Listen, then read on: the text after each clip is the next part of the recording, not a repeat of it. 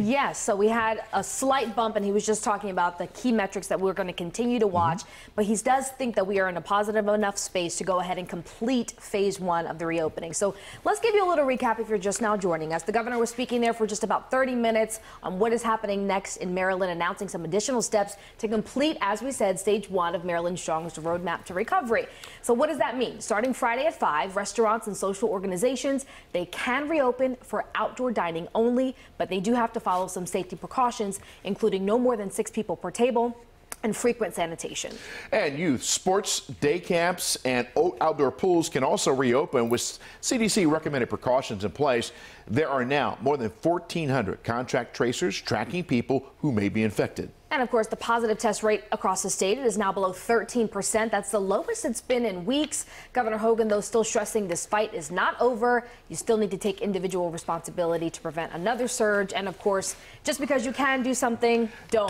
Yeah, it doesn't necessarily mean you have to do it right And now. as an incentive, he's saying if the numbers continue to trend down, we might be able to move to phase 2 as early as next week. Exactly. So that's something we'll be watching. We do want to check in with Denise and Rick. They were, of course, listening to the governor's news conference as well. Denise, we'll start with you. What are some of the big takeaways that you heard that impressed you the most?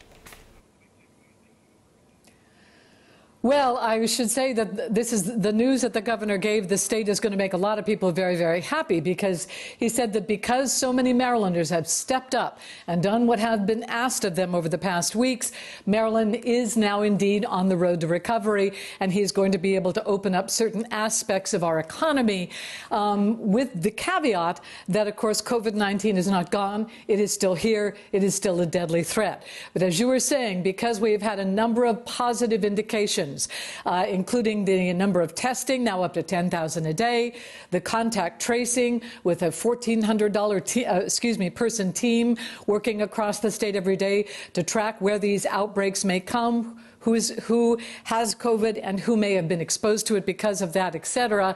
And also because of something he called these positivity rates. Those are those numbers you were referring to that all along have been the thing that the teams have been watching so carefully because of those positivity numbers. So let's take a listen to some of those numbers. In Maryland, our statewide positivity rate peaked 41 days ago on April 17th, when it reached 26.91%. Since then, it has dropped by more than 50%, down to just 12.8% statewide.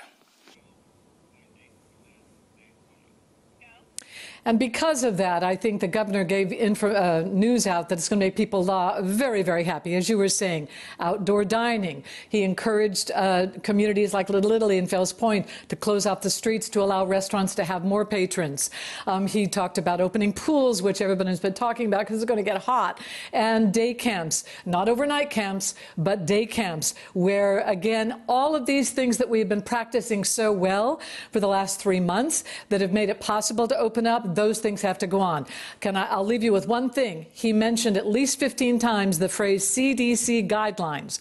All of these openings have to be done within those guidelines, and he gave a website out so that people can look them up to make sure that they're within those guidelines. Restaurants, camps, pools, all within those CDC guidelines, so that we don't move backwards, but we continue to move forward. And as you said, perhaps to stage 2.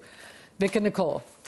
Thank you very much, Denise. Of course, cdc.gov is a place that you can go. And of course, on our website, we always have a link to guidelines as well. Yeah, it's really important to remember that whatever you do decide to do in the next couple of days as things start to reopen, please keep your distance physically, wear that mask. The governor mentioned that a couple of times. Exactly. And he did mention that he was shocked to see a lot of the images that came out of Ocean City over the weekend with all the crowds. So exercise, good decision behavior. making. Exactly. Yes. Let's check in now with Rick Ritter. He's been listening in as well. Rick?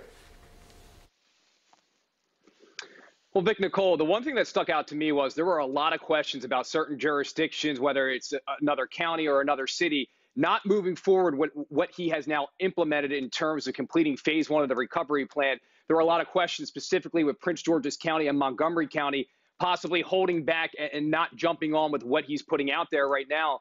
And the governor said they should move forward. I want them to move forward. He said he feels like other counties, other jurisdictions may be looking at the case numbers a little too much. He said, hey, remember, We have more tests going on, a lot more tests. You're going to see those case numbers climb up here over the next couple of weeks, but that's not what we should be looking at. He said that 14-day trend has continued with hospitalizations and the amount of people that are in the ICU. Now, mentioning what Denise had talked about for a little bit, he said if this keeps up here, and obviously he's keeping a close eye on those 2 days in a row with the hospitalization numbers up, though, just by a little bit. He said if this keeps up, he feels comfortable that next week we could get into phase 2 of the recovery plan, but still kind of a wait-and-see approach, not out of the woods just yet. Jumping on a couple of the key things that he pointed out here. So starting Friday at 5 p.m., outdoor restaurants. This is going to be huge for some of these businesses. Their livelihoods trying to get back up and running here. They're going to be allowed to have that outdoor seating with 6 people at a table and disposable menus. There's a lot of guidelines with this in place, especially within the CDC protocol that restaurants are going to have to follow here. He had talked about outdoor activities, youth camps, outdoor pools, but only at 25% capacity with those outdoor pools. Drive-in movie theaters as well. They are part of this phase 1 complete plan. But again, people really need to listen here. They have to keep working at this. They have to stay home, he said, if possible. He said if they don't take it seriously, this could be a messy situation here over the next couple of weeks. Take a listen. Unfortunately, there are still some people who are clearly not taking this pandemic seriously, who are acting recklessly, and whose actions are needlessly putting themselves and others at risk. And if too many people engage in this type of behavior, it could threaten to cause another spike, which could cause even further destruction to our economy. And the governor saying he has really hit on some of his goals, or at least the state has here over the past couple of months. They've completed their goal of 10,000 tests per day, 300,000 tests completed to date, increased contact tracing by 500%, and opening 2 more test sites now in PG County, which is certainly one of the hardest hit areas. But the big news here now moving forward to completing phase 1 of that recovery plan, some huge help here, or a huge help coming for some of these outdoor restaurants, these small businesses that need it so bad. But it's going to be interesting to see where we are here in the next couple of weeks. And the quote of the day, I think, is low risk doesn't mean no risk. And that is something that the people really need to keep in mind here as we keep chopping forward. Vic and Nicole, back to you in the studio.